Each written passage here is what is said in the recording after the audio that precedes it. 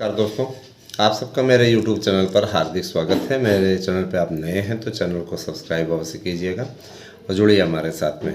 आइए सुनते हैं बड़ी अपडेट।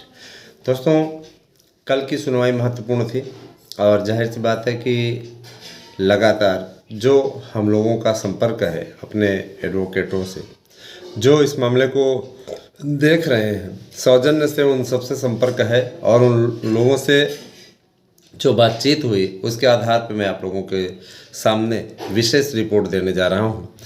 इस पूरी वीडियो को आप देखिएगा अंत तक, कहीं भी बिना कट किए देखिएगा ताकि आपको पूरी वीडियो समझ में आए और क्या बीएड के लिए स्थिति है वह भी स्पष्ट हो सके। साथ ही साथ मैं आपसे अपील करना चाहूँगा कि आप मेरे नए YouTube चैनल शुभ न्यूज़ को सब्सक्राइब कीजिए और निश्चित रूप से उससे जुड़िए। उस पर निश्चित रूप से आप लोगों को कुछ अलग ही अपडेट देखने को मिला करेगी। तो आप लोगों से मेरा अनुरोध है कि आप हमारे YouTube चैनल शुभ न्यूज़ को भी सब्सक्राइब अवश्य करें।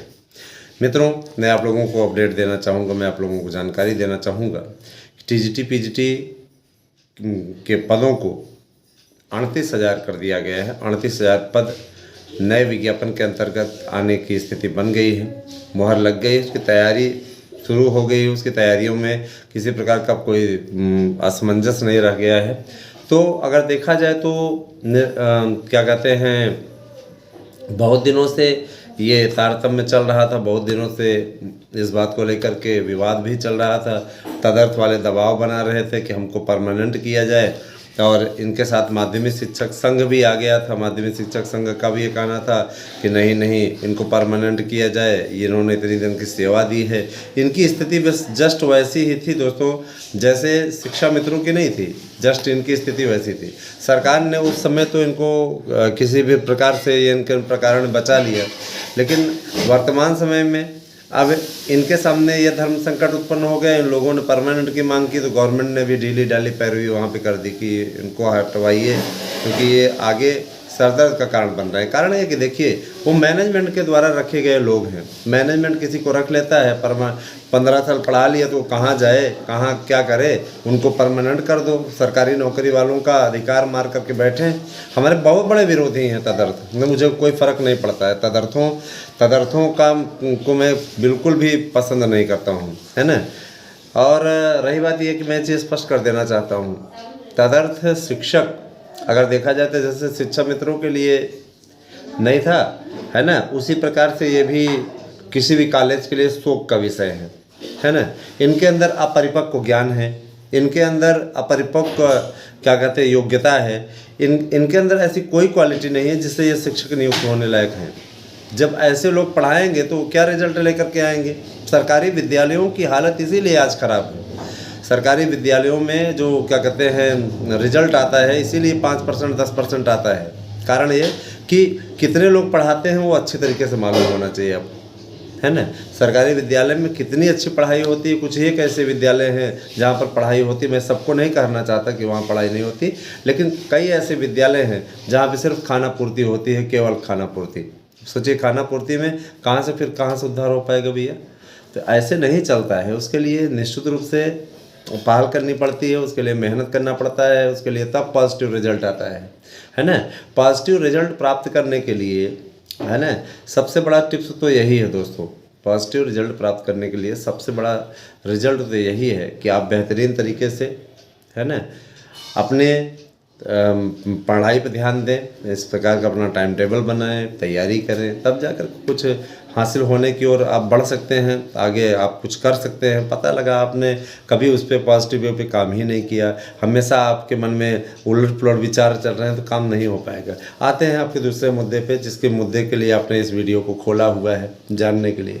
बीएड को जब से 11 अगस्त को बाहर किया गया है, उस समय से उनके चेहरे पर सिकन देखने को मिल रही है। बीएड के बहुत से अभ्यर्थी परेशान थे और बीएड एक बहुत बड़ा वोट बैंक है, जो कि मध्य प्रदेश, छत्तीसगढ़, राजस्थान, इन सब का सर्वे देखने के लिए आज शाम की वीडियो को अवश्य देखिएगा। तो मध्य प्रदेश, छत्तीसगढ़, राजस्थान, इनका हम सर्वे लेकर के आ रहे हैं और निश्चित रूप से आप लोगों को ये हमारे तीनों यूट्यूब चैनलों पे प्रोवाइड किया जाएगा। तीनों यूट्यूब चैनलों पे आपको प्रोवाइड किया जाएगा। इसको ज़रूर आप लोग देखिएगा।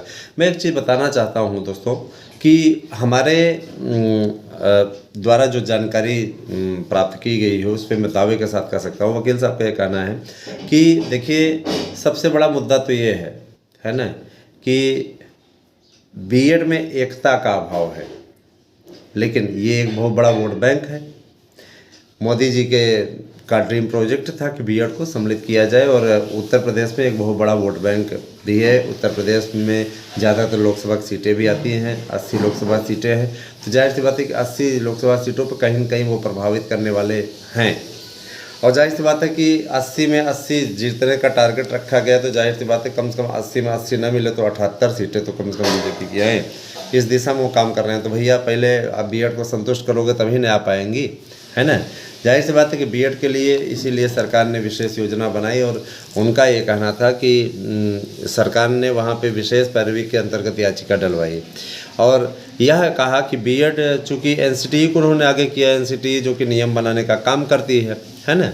एनसीटीई ने नियम बनाने का काम वहाँ पे करेक्शन किया, संशोधन करके वहाँ पे बीएड को दिखाया कि नई शिक्षा नीति में सम्मिलित हैं। सरकार ने भी कहा कि भाई नई शिक्षा नीति में बीटीसी का कोई अस्तित्व ही नहीं है, बीटीसी कोर्स समाप्त हो रहा है, तो आप ऐसा करिए, इसमें सम्मिलित कीजिए। सम्मिलित करना बहुत ज़रूरी था।